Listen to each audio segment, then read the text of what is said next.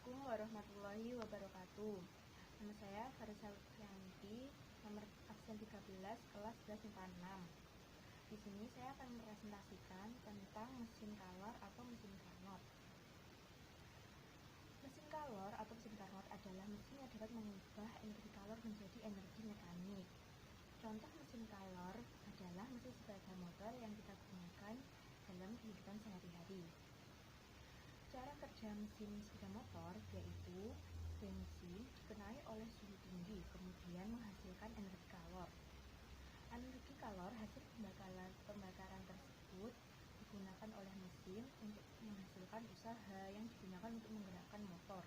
Sisanya, energi tersebut dibuang lewat knalpot dalam bentuk gas-gas panas yang keluar dari knalpot. Mesin Carnot memanfaatkan prinsip kalor yang mengalir dari suhu tinggi ke suhu yang rendah tanpa perlu melakukan usaha. Saat aliran kalor terjadi, panas yang mengalir diubah menjadi usaha, misalnya gerak.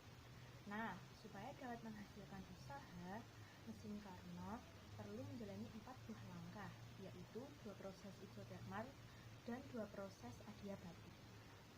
Konsep tersebut ditemukan oleh Nicholas Leonard Sadi Carnot.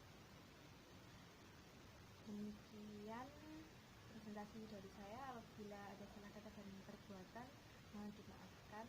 Wassalamualaikum warahmatullahi wabarakatuh.